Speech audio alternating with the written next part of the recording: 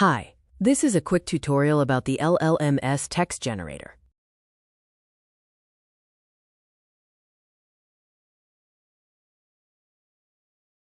Select the Settings tab.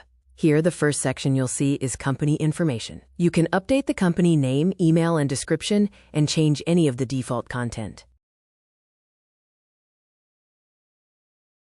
In the Post Type section, under WooCommerce products, you can display categories, tags, product URLs, product ratings, image URLs, and prices.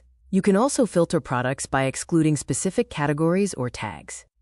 In the Media section, you can add media files. In the Pages and Posts sections, you can display categories and tags. And you also have the option to filter posts by excluding certain categories or tags.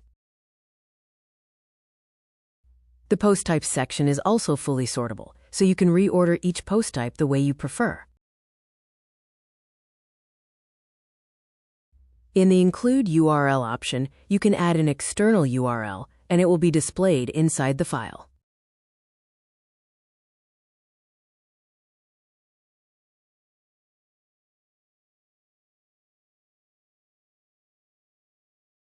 The Exclude URL option allows you to remove specific URLs from the file. For example, if you want to exclude the About page, simply add /about//. Any URL that matches this pattern will not appear in the file. Read the examples for more clarity. The Update Frequency option lets you regenerate the file at a specific interval. You can choose from 3 options: manually, daily, or weekly. The Respect SEO Settings option automatically excludes pages that are blocked by robots.txt or marked as noindex. This feature is fully compatible with Yoast SEO, Rank Math, SEO Press, and all-in-one SEO. It also supports multilingual setups. After that, press Save Settings to apply all your changes. Next, go to the Generate tab and generate the file. 2 files will be created.